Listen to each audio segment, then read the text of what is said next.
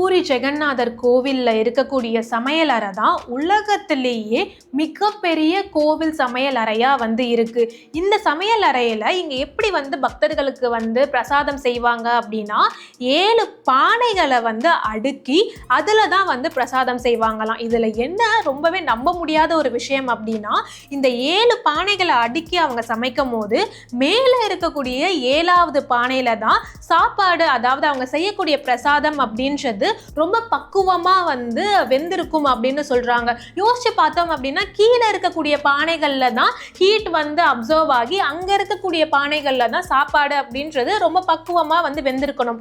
ஆனா இந்த கோயில்ல நடக்கக்கூடிய அற்புதங்கள்ல ஒன்னாதான் 7வதா இருக்கக்கூடிய பானையில தான் ரொம்பவே சாப்பாடு அப்படின்றது ரொம்ப பக்குவமா வெந்திருக்கும்னு சொல்றாங்க.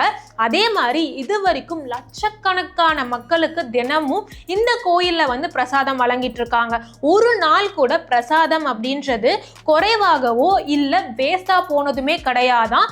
கரெக்டான அளவுல அங்க இருக்கக்கூடியவங்க சமையலை செஞ்சு பக்தர்களுக்கு பிரசாதமா கொடுக்கறாங்க அப்படின்றத அவங்க எப்படி பண்றாங்கன்னே தெரியல.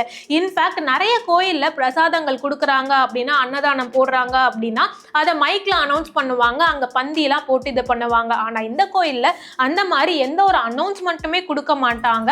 பட் ஸ்டில் அங்க இருக்கக்கூடிய பிரசாதம் அப்படின்றது ஒரு நாள் கூட வீணானதும் கிடையாது, பக்தர்களுக்கு கிடைக்காம போனதுமே கிடையாதுன்னு சொல்றாங்க.